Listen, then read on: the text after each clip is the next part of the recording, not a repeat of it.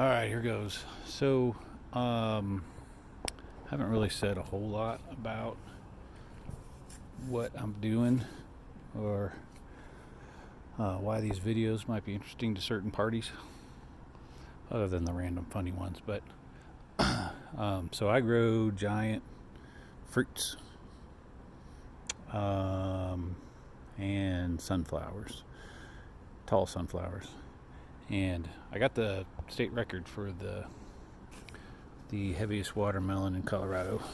Um, but I'm also a board member of the Rocky Mountain Giant Vegetable Growers, uh, which is a club dedicated to uh, helping other like minded individuals grow to their potential. So, um, anyway, it's a lot of work, a lot of stuff goes on. It's pretty interesting, actually, if you're into that kind of thing. Um, I will say that growing this stuff has actually uh, taught the agricultural community some things that they are adopting based on the results of these types of activities. You know, like mycorrhizae and cover crops. And I don't know who thought of that first, but cover crops are good, mostly for the mycorrhizae. But also you can till them in, and it's great green manure for your soil.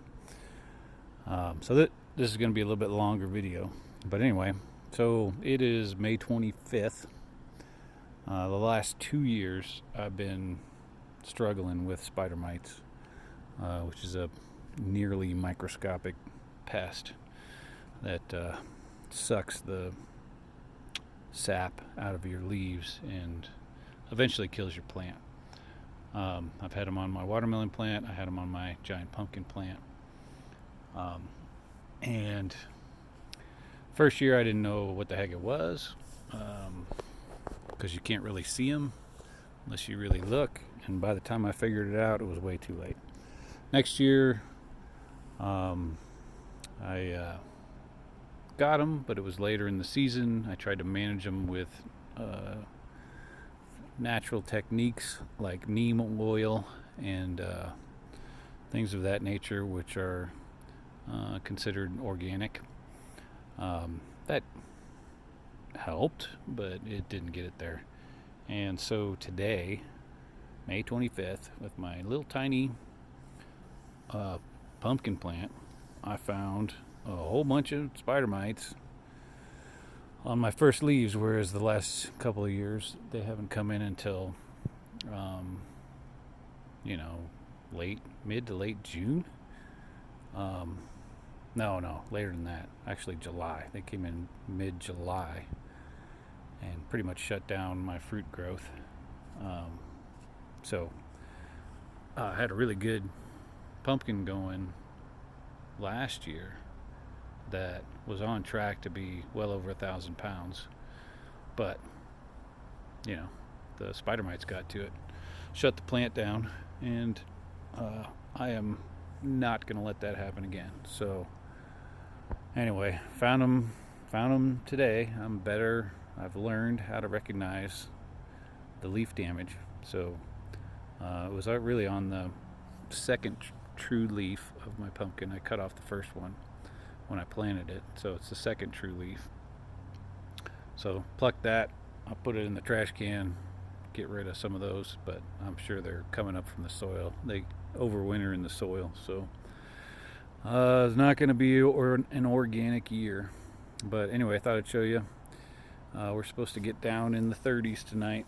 It's the first nice day we've had in a while. But so what I do is I got my little huts here, my cold frames, which I could show you more about those later. But basically it's plastic, and then I'm putting blankets over them, and then I have a tarp that I've been putting over them because when it rains or snows, all that moisture just sucks the heat right out from underneath. So you don't want to have wet cloths on top. If they stay dry, they're decent insulators, just like in your bed. But put the tarp over. But then come morning time, You got to pull all this stuff off so they can actually get some sunlight. So it's a chore.